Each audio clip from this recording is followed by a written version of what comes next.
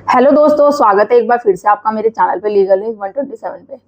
दोस्तों, हमेशा एक अक्सर जो आप पे झूठे किस्से चलते हैं, चाहे वो 498 हो, घरेलू हिंसा हो, 377, 354, छेड़छाड़, कोई भी केसेस है, उसमें ऐसे गवाह पेश किए जाते हैं ना कि उनकी जांच नहीं की जाती। जैसे आपको पता है, एक तरफा जांच की जाती है, या ऐसे ऐसे पॉइंट आप रह जाते हैं कि आप उस पर खुद क्वेश्चन नहीं उठा सकते, और उठाना भी चाहे तो आपको डर लगता है। अब उसमें ऐसी क्या गलतियां होती है, जिसमें आज के टॉपिक में जो मैं बात करूंगी, जो विषय रहेगा इंटरेस्टेड, जिसे विटनेस कहते हैं, उस विटनेसों की वजह से अगर उस पर काम किया जाए ना अच्छे से, तो आप अपना केस खारिज भी करा सकते हैं, मतलब डिसमिस करा सकते हैं जितने आप पे झूठे केसेस लगे हुए, और साथ ही साथ बल्कि उन पे ही आप एक केस कर सकते हैं, एक या दो केसेस कर सकते हैं। तो आज का वीडियो बहुत ज्यादा इंपॉर्टेंट है। चैनल पे आप मेरे नए जुड़े हैं तो चैनल को लाइक करना, शेयर करना, सब्सक्राइब करना बिल्कुल मत भूलिए, साथ ही बेल आइकन दबा दीजिए ताकि आपको टाइम टाइम से मेरे वीडियो की नोटिफिकेशन है जो सबसे पहले मिलती रहे।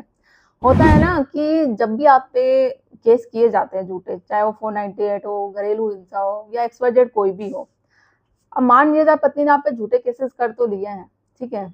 अब उसमें जो वो विटनेस होते हैं उसके पास सबूत तो कुछ है नहीं, सबूत वो कुछ नहीं दे रही है, एविडेंस कुछ नहीं है, बट गवाह जरूर देगी, विटनेस जरूर खड़े करेगी। अब विटनेस कौन होंगे उसके उसके साइड से? तो यह आम सी बात है, विटनेस होंगे उसके मायके वाले, उसकी मदर, फादर, ब्रदर, या होंगे फ्रेंड सर्कल में, या कोई ऐसा रिश्तेदार, दूर का रिश्तेदार जो वो ना मायके में उसके रहता हो, ना आपके ससुराल में कभी आना जाना उसका हो, तो वो ऐसे रिश्तेदार आ जाते हैं, ऐसे फ्रेंड्स आ जाते हैं।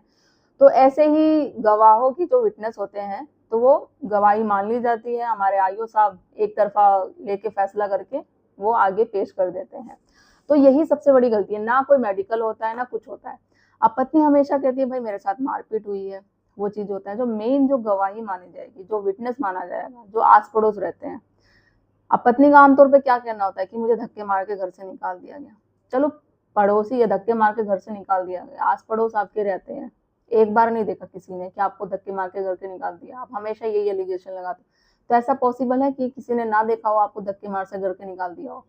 लड़ाई झगड़ा अगर आपके साथ होता है, कोई आपको टॉर्चर करता है, तो पॉसिबल है कि कोई आवाज ना सुनता हो पड़ोसी आपकी कि भाई इसके तो पति इसके सास ससुर बहू को परेशान करते हैं, टॉर्चर करते हैं।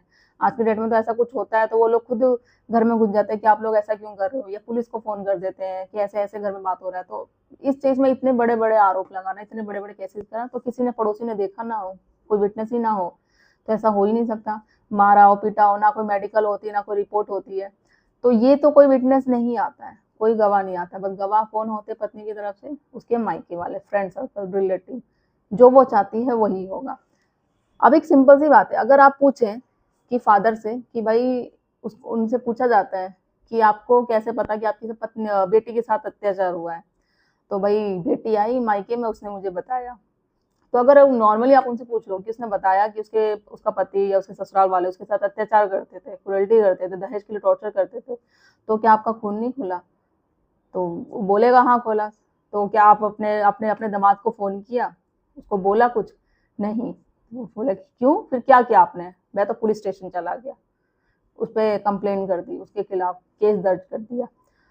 तो ये चीजें होती है। अब ये क्यों? अगर जो एक्चुअली जिसको गुस्सा आ रहा होगा, जो पता होता होगा कि बेटी के साथ हुआ है, तो वो तो तुरंत उसी वक्त फोन करेगा उसको, पति, उसके पति को, उसके ससुराल वाले को फोन करेगा कि ऐसे ऐसे तुम्हारी हिम्मत कैसी हुई मेरी बेटी को। बट नहीं, वो चीज नहीं, वो सीधा जाएंगे वहां पे। भाई बोलना भी तो, गुस्सा तो आएगा, बेटी बहन के साथ ऐसा कुछ हुआ है तो कोई भी जवाब करेगा तुरंत, पहले कॉल ही करेगा फिर जाके पुलिस स्टेशन जाएंगे, बट नहीं। और दूसरा क्या होंगे, दूसरे टाइप के जो कैटेगरी के लोग होते हैं, वो ऐसा करेंगे कि भाई अब ये मौका आया है, क्या करते, घर पहुंच जाते हैं, भाई तूने मेरी बेटी के साथ ऐसा कैसा वैसे कैसे किया। अब ये है कि हमारी तो इतनी डिमांड है, तो इतना हमें पैसा दे दे, जो हमने शादी का खर्चा किया है, सब कुछ किया है करके हमें वापस दे दे सूद समेत। तो हम जो तेरे झूठे केसेस हम तेरे पे लगाएंगे वो सब वापस ले लेंगे, नहीं तो तेरे को झूठे केसों में तेरी फैमिली को ऐसा फंसा देंगे ना, तो तुम निकल नहीं पाओगे, जेल की चक्की फंसा देंगे। तो इस तरीके से धमकी दी जाती है। तो मतलब आपका किसी ना किसी तरीके से नुकसान चाहना, तो उसे कहते हैं हम इंटरेस्टेड विटनेस। तो इन सब की देखो गवाही मानी नहीं जाती। एक आमतौर पे एग्जांपल देती हूँ, फॉर एग्जांपल कि फादर और सन है, बाप बेटा कहीं जा रहे हैं। अब वो फादर का, उसके बाप का किसी ने मर्डर कर दिया, ठीक है, मर्डर कर दिया या मर्डर हो गया किसी विदेश से, तो उस बेटे ने देखा। अब उसे विटनेस के लिए बोला जाएगा कि आप किसको, किसने देखा, किसने मारा, तो वो बोल देगा हाँ भाई इसने मारा, इसने मारा, इस तरीके से। क्योंकि वहाँ पे उसने देखा है उनको, कोई उसके रिश्तेदार, कोई रिलेटिव, कोई फ्रेंड सर्कल नहीं है, तो उसकी गवाही मानी जाएगी। अब ऐसा नहीं कि भाई आप जैसे पत्नी ने आरोप लगा दी, उसने अपने मायके वालों को ही गवाह खड़ा कर दिया, उस बेस पे खड़ा कर दिया, तो चीजें नहीं। अगर माँ बाप से पूछा जाए कि आपने देखा था कि अपनी बेटी के साथ मारपीट हुई है या उसे टॉर्चर करते थे, अत्याचार करते थे, नहीं, ये उसने बोला तो बस यकीन कर लिया। तो ये चीज होता है ना, नक्शे की कॉपी ली जाती है। अब आईओ साहब जब क्या करते हैं ना, एक तरफा फैसला सुन लेते, भाई लेडीज कंप्लेंट लेकर आई है, ये है तो ये सही ही होगी, आस पड़ोस में नहीं जाते, इंक्वायरी नहीं करते कि ऐसा कुछ हुआ है, कोई लड़ाई झगड़ा होता था, कोई इस घर की बहू को मारपीट के बाहर निकाला है कि कुछ किया है, ये लोग कैसे हैं, कैसे रिश्तेदार है। दूसरी तरफ अगर वो पति एविडेंस भी देगा, सबूत भी देंगे, ससुराल वाले बताएंगे, तो कोई नहीं कार्रवाई नहीं होगी, सिर्फ उसने बोल दिया तो बोल दिया।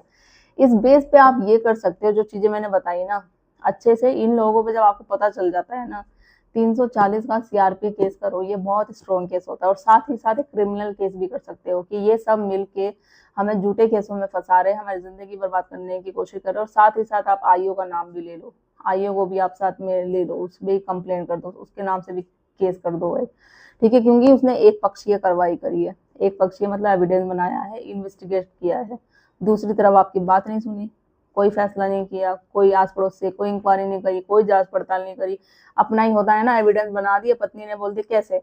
अगर जो घटना जहां पर हुई है, माँ बाप एविडेंस बन रहे हैं, अब फ्रेंड सर्कल और वो रिलेटिव, वो तो वैसे ही नहीं माना जाएगा विटनेस। क्यों? क्योंकि वो तो वहां पे अवेलेबल ही नहीं है, उनका दूर दूर तक कोई नहीं है, उनको पता ही नहीं है, तो कैसे उनको विटनेस माना जाएगा? क्या उन्होंने उनके साथ देखा है मारपीट होते हुए? किसके साथ मारपीट होती थी, दहेज के लॉर्ड होते, किसी ने नहीं देखा। और माँ बाप को भी सिर्फ वो बताया गया है, उसने बताया है कि हुआ है, तो इसलिए वो दे रहे हैं।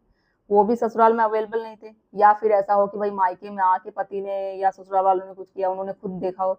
अब ऐसा तो नहीं है सीधा ससुराल में कैमरा सा मायके में कनेक्ट हो गया हो, लाइव टेलीकास्ट चल रहा हो सब की बेटी के साथ क्या हो रहा है क्या नहीं, वो लोग देख रहे हो घर बैठे बैठे की लाइव शो चल रहा है, तो ऐसा भी नहीं है। तो गवाही इनकी नहीं मानी जाती है, पूरा पुख्ता जिसे बोलते हैं ना, सबूत हो, देखा हो आंखों से खुद, जब पता चलता है कि हाँ हमने देखा ये सारी चीजें हैं, या एविडेंस बना रखा है, वीडियो बना रखा है, तो फिर माना जाएगा। ऐसे नहीं कि नॉर्मली बोल दिया तो भाई वो विटनेस आके खड़े हो गए, तो इस पर आप ऑब्जेक्शन करो, क्वेश्चन करो, तो आप डिसमिस ही अपना केस, झूठे जितने भी केस लगे हुए ना, आप केस डिसमिस करवा सकते हो, खारिज करवा सकते हो। और साथ ही साथ उस पर ही 340 का कि झूठे आरोप में फंसाने के लिए एक सबसे मजबूत हैसियत है 211, कि जब वो साबित हो जाता है ना कि झूठे आरोप में उसने आपको फंसाया है, उसके घर वालों ने फंसाया, तो आप भी कर दो उस पर। और साथ ही साथ क्रिमिनल केसेस और आईओ को भी नाम नाम सहित देना है, क्योंकि सबसे बड़ी गलती ना केस में ये आईओ ही करते हैं। और आप लोग उनसे डरते, डरना नहीं है, आपको बेझिझक करना है। बिना मीडिएशन के एफआईआर कैसे दर्ज हो जाती है? पिता ने कोई मीडिएशन की डिमांड नहीं करी, बेटी आ गई, उसने बात बोली, जाके चला गया, कोई मीडिएशन तो करवाता, आपसी बात तो होती, दोनों परिवारों में बैठ के, कुछ नहीं, सीधा कंप्लेंट, सीधा एफआईआर दर्ज, कोई बातचीत नहीं। तो इससे तो यही हो रहा है, उनका मेन मोटिव है उनका, और भैया तू पैसे दे दे, डिमांड जो हमारी पूरी है वो वापस दे दे, जितना खर्चा लगा हुआ है।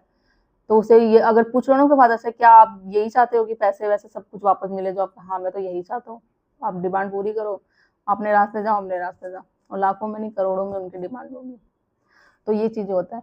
तो आज का यही एक टॉपिक था मेरा, जिसे हम इंटरेस्टेड विटनेस कहते हैं, जिनकी गवाही नहीं मानी जाती है। इन्हीं जो इनका आप विरोध करोगे ना, जो पत्नी हमेशा अपने ही गवाह ला के प्रेजेंट कर देती है, और उस पर आईओ भी अपने अपने झूठे, बल्कि ऐसे ऐसे विटनेस होते हैं ना कि वो तो आते भी नहीं है, बस उनका आधार कार्ड ले लेता है, और सिग्नेचर भी वो लोग खुद ही कर लेके प्रेजेंट कर देते हैं।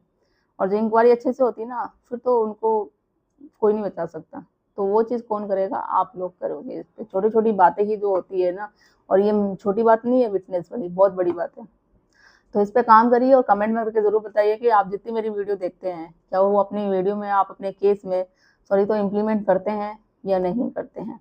तो ज़्यादा से ज़्यादा लोग तक शेयर कर दीजिए, चैनल को सब्सक्राइब करना बिल्कुल मत भूलिए।